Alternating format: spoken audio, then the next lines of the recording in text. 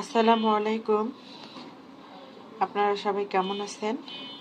তো আমি রান্না করব হচ্ছে শুটকি দিয়ে, মানে লটকি শুটকি, এগুলো এই লটকি শুটকি দিয়ে রান্না করব বাবুই শাক।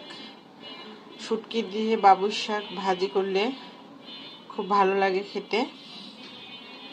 তো আমি বাবুই শাকটি রান্না করব এই লটকি শুটকি দিয়ে।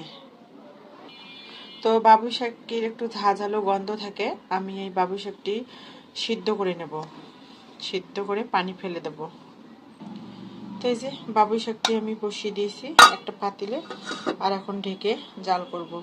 তো বাবার শাক সিদ্ধ করে নিয়েছি, এখন আমি রান্না করব। তো আমি চুলে একটি ফ্রাই প্যান বসিয়ে দিয়েছি, ফ্রাই প্যানে দিয়ে দেবো পরিমাণ মতো তেল। তো তেল গরম হয়ে গিয়েছে, আমি দিয়ে দেব পেঁয়াজ কষি, কাঁচামরিচ, রসুন সব কিছু একসাথে দিয়ে দেবো।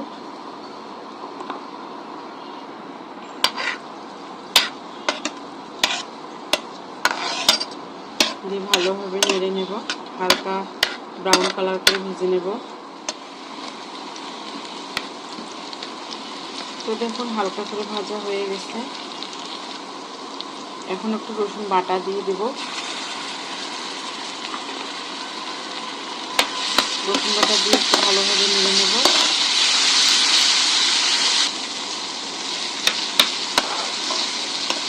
রসুন বাটা দিয়ে ভালোভাবে নাড়া হয়ে গেছে। এখন আমি শুকনো মশলা দেব, লাল মরিচের গুঁড়ো, হলুদের গুঁড়ো, সামান্য লবণ দেব, কারণ শুটকির মধ্যে লবণ আছে। দিয়ে মশলাগুলো একটু কষে নেব। সামান্য একটু পানি দেব, দিয়ে মশলাটা কষে নেব।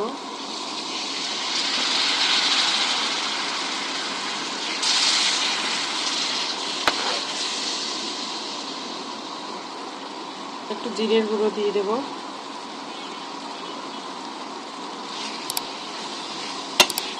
জিরের গুঁড়ো একটু পরিমাণে কমই দিলাম, কারণ এখানে আমি পাঁচফোড়নের গুঁড়ো ব্যবহার করব। তখন আমি শুটকিটা দিয়ে দেব।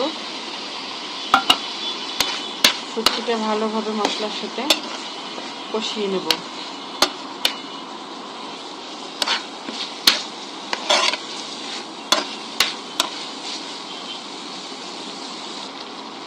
তো এখন একটু ঢেকে দেব।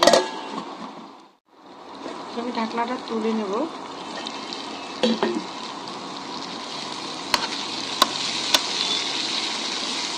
এই দেখুন শুটকি আমি ভালোভাবে কষিয়ে নিচ্ছি, আর শুটকি যতই ভালো কষানো হবে ততই খেতে ভালো লাগবে।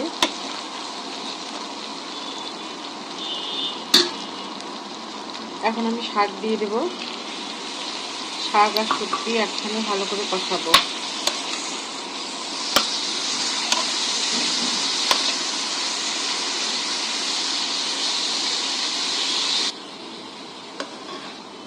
তো দেখুন শাক আর শুটকি ভালোভাবে কষিয়ে নিচ্ছি। এভাবে কিন্তু বাবুই শাক শুটকি দিয়ে ভাজি করলে নিমিষে 1 থেকে 1.5 প্লেট ভাত খাওয়া যায়। শুটকি আর শাক ভালোভাবে কষানো হয়ে গেছে, এখন আমি দিয়ে দেব পানি।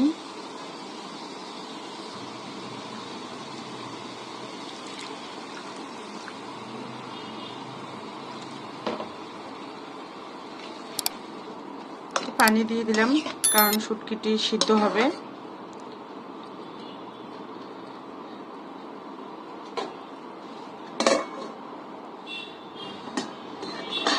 তো আমি ঢাকনাটা আবার তুলে নিচ্ছি দেখার জন্য।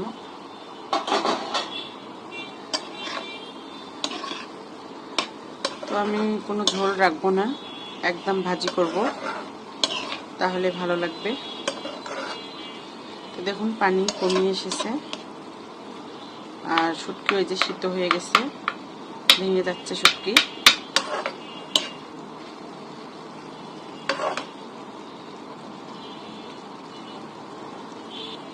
পাঁচফোড়নের গুঁড়ো দিয়ে দেব, ভালো করে নেড়ে দেব। আর এই শুটকি কিন্তু পাঁচফোড়নের গুঁড়ো দিয়ে রান্না করলে অসম্ভব মজা লাগে। আমি সাধারণত পাঁচফোড়নের গুঁড়ো দিয়ে রান্না করি। গরম মশলার গুঁড়োটাও আমি দেই মাঝে মাঝে, তার সাথে পাঁচফোড়নের গুঁড়োটাও দিই। তো আমি আর 5 মিনিট জাল করে নেব। তো শুটকি আর বাবু শাক রান্না হয়ে গেছে। এই দেখুন ভাজা ভাজা হয়ে গেছে, তেল ছেড়ে দিয়েছে। এখন আমি নামিয়ে নেব। তেল ছেড়ে দিয়েছে। তো এই দেখুন শুটকি রান্না হয়ে গেছে বাবুই শাক দিয়ে। তো আমার রান্নাটি যদি আপনাদের ভালো লেগে থাকে তাহলে আমার চ্যানেলটি সাবস্ক্রাইব করে পাশে থাকবেন, লাইক কমেন্ট শেয়ার করবেন। ধন্যবাদ।